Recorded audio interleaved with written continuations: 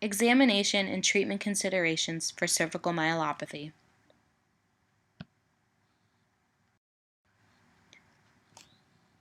Cervical myelopathy is a condition caused by the narrowing of the spinal canal leading to dysfunction of the spinal cord.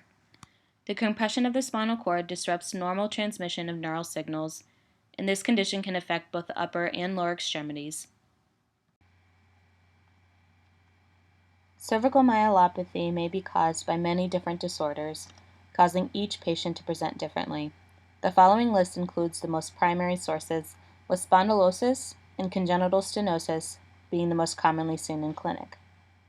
Spondylosis of the cervical spine refers to an age-related wear and tear affecting the intervertebral discs.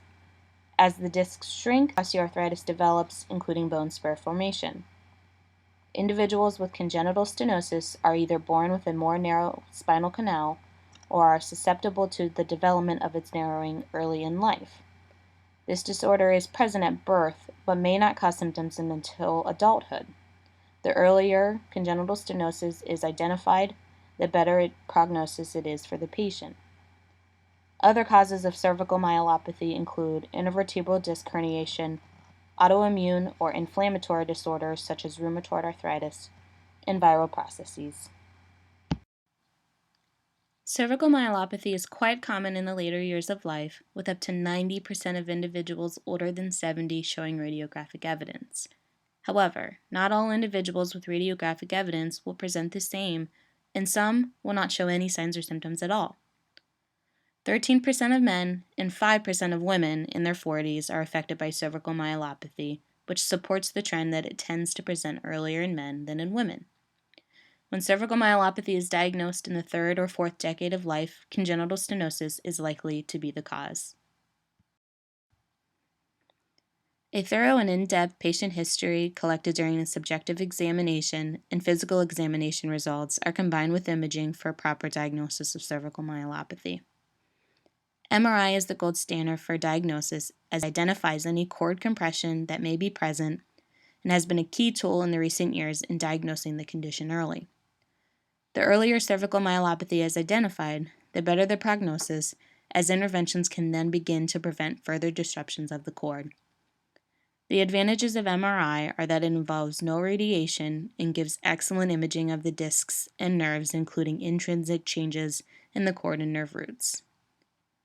When individuals are unable to undergo MRI, CT scans are utilized. The degree of spinal cord dysfunction will determine which signs and symptoms a patient with cervical myelopathy will experience. Some of the common complaints include a decrease in fine motor skills, bowel and bladder changes, a report of poor exercise tolerance, a sensation of heaviness in the legs, numbness and tingling that can be experienced in the upper or lower extremities, and radiculopathy. It is important to remember that not every patient will come into physical therapy with a diagnosis of cervical myelopathy, and even those who do may not identify some of these changes as related to their condition and may not accept this information unless prompted. If you suspect cervical myelopathy, ask plenty of questions while you are taking a history, as the answers will clue you into the severity of their condition. There are many common clinical findings during a physical therapy evaluation of individuals with cervical myelopathy. The severity of an individual's condition will often dictate how many of these findings will be present. Commonalities include muscle wasting of the hand and intrinsic muscles, an unsteady gait, a positive Hoffman's reflex, hyperreflexia, a positive Babinski sign, hypertonia, ankylosing, and multisegmental weakness or sensation loss. If a patient comes to physical therapy and you suspect cervical myelopathy, but they do not have a medical diagnosis or clearance to participate, you must refer out to a physician for further diagnostic studies. We must know the degree of spinal cord dysfunction before we move these individuals, and a physician will decide whether conservative treatment is best or if surgery is indicated. Treatment for cervical myelopathy is dependent on the clinical findings and the progression of the disease. Therapy is used for patients with mild symptoms and limited impairments. Therapy centers on patient education, including information about the disease, behavioral methods to reduce injury, such as posture training and ergonomics, as well as fall prevention and balance training. Conservative methods are successful in preventing progression of the disease in up to 70% of patients. Surgery is used for patients who have progressed through the disease process, who have poor response to conservative treatments, severe gait instability, weakness, and bladder and bowel dysfunction. Prognosis varies from patient to patient. It is dependent upon the severity of the patient's symptoms and their impairments upon diagnosis and the treatment they underwent at the time. Some cases do well with conservative treatment, while others need to be surgically repaired. Mild cases treated surgically did not show a significant improvement in quality of life than those who received conservative treatment 1 year after surgery. However, moderate to severe cases not treated surgically showed a significant deterioration of their ability to perform activities of daily living after 11 months than those who received the surgery. There are many outcome measures that can be used to determine the effectiveness of treatment for cervical myelopathy.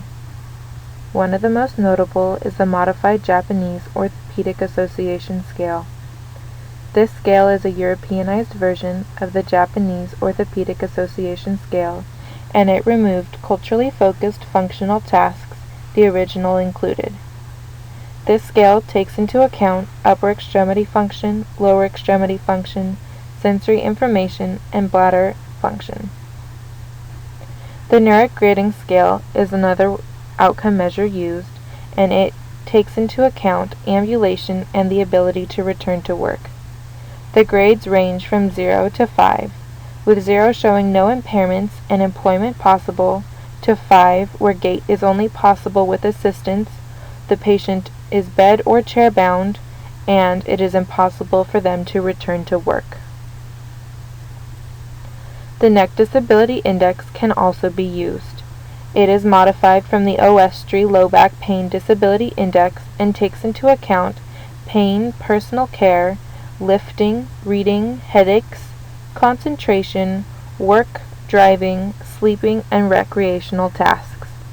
The MCID for the Neck Disability Index is 5 to 7 points. Another outcome measure used is the Pain Severity Scale.